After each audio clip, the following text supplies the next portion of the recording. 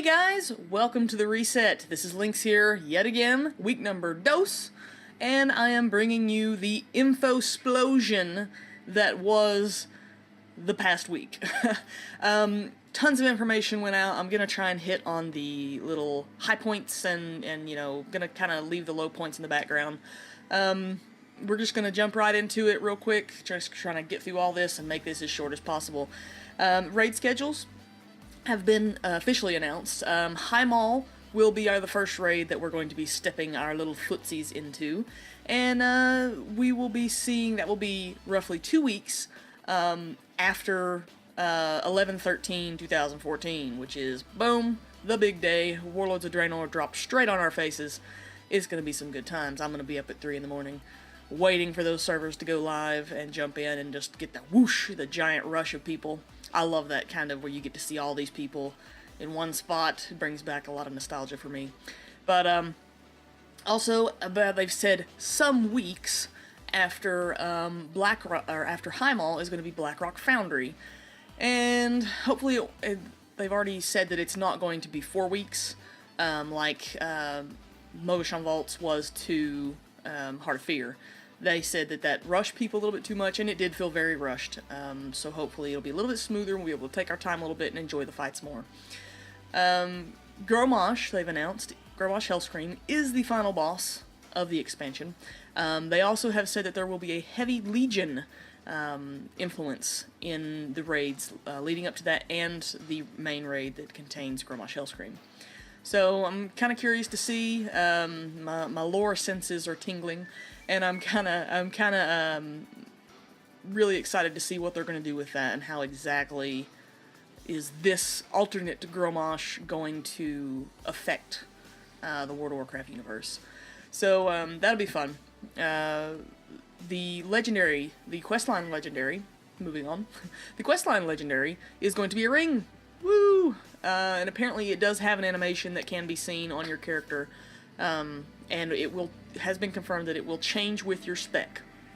So hopefully, obviously, all the gear, most of the gear is changing other than necks, cloaks, weapons, rings, and trinkets. So hopefully that will knock it down to just having to carry one ring around for each spec, and your legendary. So that'll be kind of nice, especially with me being a druid.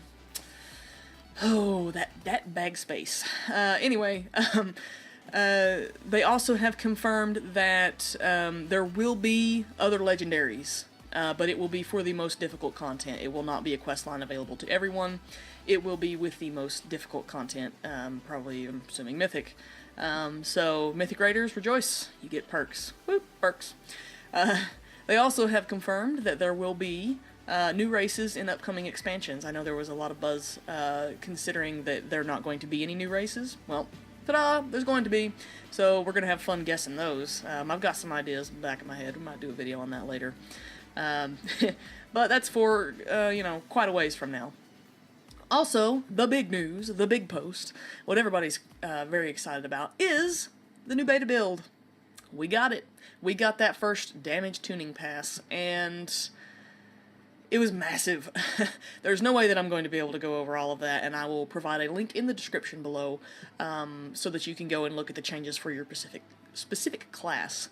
And I highly recommend that you go and look at that, because it has been, they did mention in a blue post that the theory crafting can begin, that this is, they really like how the classes are basically where they want them, and now they're just tuning numbers. So classes are going to be playing like they're going to be playing on live. So get in there, start learning the little changes and stuff that's going on with your class, and don't worry too much about the numbers, because they know what they're doing. Obviously, it's 10 years. You know, they know what they're doing with numbers and stuff, and obviously they're pretty quick about fixing things, no matter how much people believe that they're not. They are pretty good about fixing and tuning and all that kind of stuff. So have faith in your class and spec, and hopefully we'll see a pretty balanced, I would like to hopefully think that we could see a pretty balanced, you know, DPS and healing and tanking averages across the board. So we'll hope. We can only hope, right? with this big news of all the damage tuning and stuff, and I've been going crazy, like looking and theory crafting and getting all that stuff going around in my head. People seem to be stuck on the mention of that there was a mention of 2 raid tiers and then the next expansion, 6.1 and 6.2. And I think by now we should learn that we shouldn't take anything that Blizzard really says, like when they're throwing out examples, as literal. But when you think about it, they've hired on, like, I think it was 80-some new people just for World of Warcraft. So 2 tiers of raid content is technically a year. It should last about a year, if not longer. Obviously, an expansion's not going to last just a year. That's not practical. It's not, as far as their work to budget ratio, I guess would be a good way to put it. Throwing out expansions every single year, players would get behind, no one would be able to clear the content, more casual guilds wouldn't be able to get there. But what I think they're trying to do is they're going to have the expansion, and instead of having the 370-some days, I believe it was, 380-some days between the release of 5.4 and the new expansion, they're trying to close that gap. And obviously, they said that Warlords would have been ready earlier. Of course, you can take that with a grain of salt. But they didn't have the people that they brought in ready to work on their expansion and get them up to speed. So, take that for what it's worth. Hopefully we'll see content and much faster. I have faith in them. I'm an eternal optimist, though, so there you go.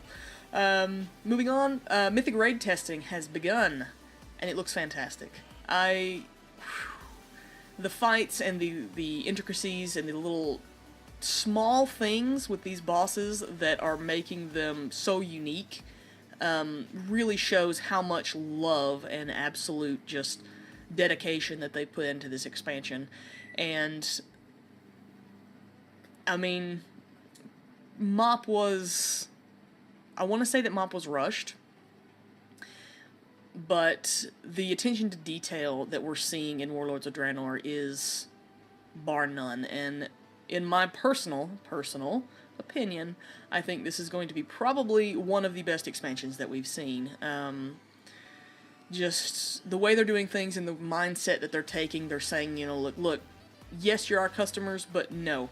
We know what needs to happen to make this game work and make this game accessible to everyone, and also allow the skilled players to take it and run with it. So they've got the right mindset, and the numbers are looking good, and I think we're going to see a fantastic expansion. Other news that has shown up, or whatever, just like the random kind of cosmetic stuff going on. They updated some character screens. Not too big of an update. I will post them over here, right there. And they're just cosmetic. I think they animated some more things. I think with the dwarf one, there's like a rabbit that like jumps across the screen and the tank's animated, and the leaves and stuff move on the troll screen. The Tauren did get a nice update to the screen, and man, do those character models look awesome. If you don't think those character models look awesome, you are a sad person. Sad person. But anyway, also with the new character selection screens, we have a couple new weapon models that came up. And an HD model of Gorehowl. That's interesting. I don't know if that's just for Grommash or Garrosh, but that's something to think about, because did Garrosh, obviously Garrosh probably didn't go back to Draenor with his axe, with Gorehowl, because he just kind of busted out of his chains and jumped through the portal. Spoilers, if you haven't read any of the books or whatever. So I highly recommend reading War Crimes. It is a fantastic bridge from Mop to Warlords of Draenor, and there's going to be a lot of stuff in that book that they can't really put in game. So if you want to kind of get the behind-the-scenes look at what exactly has transpired from Mop to Warlords of Draenor, I very highly recommend that book. Also, that one model, I saw it and I was like, it's an axe with a heart in the middle of it, and I didn't get a chance to look at the model viewer, but I'm wondering if the heart beats. because if the heart beats, that's pretty fantastic. Sad face, I'm a druid, can't use it, but maybe I'll level up my rogue or something like that and make it combat, just so I can have an axe that has a beating heart in it. Very savage. I'm liking that we're seeing a lot of dark, savage things coming back into World of Warcraft. It kind of makes a little bit more sense.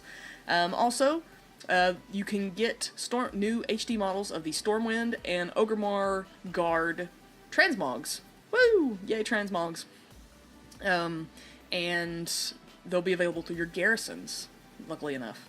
They also posted a new world map that includes Draenor, and apparently it is glitched out as all get out on beta right now.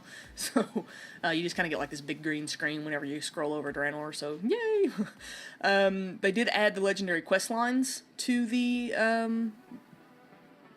beta build and the patch and everything, so they're getting all that worked out and kinks out and everything. And to wrap things up this week, just to kind of finish this video, and Kitar released a machinima that he's been working on for years, and I did watch the entire thing. It is 2 hours, well actually like an hour and 50 minutes long. That's a lot of work and a lot of dedication, and it is the War of the Ancients, the Well of Eternity, and it's pretty fantastic. I watched the whole thing. It's pretty good. Lots and lots of work and dedication has went into that. And I highly recommend that you watch it if you're a big lore fan and you want to see kind of what transpired long ago and how this all came about. Then I highly suggest you check it out. I'll put a link in the description below.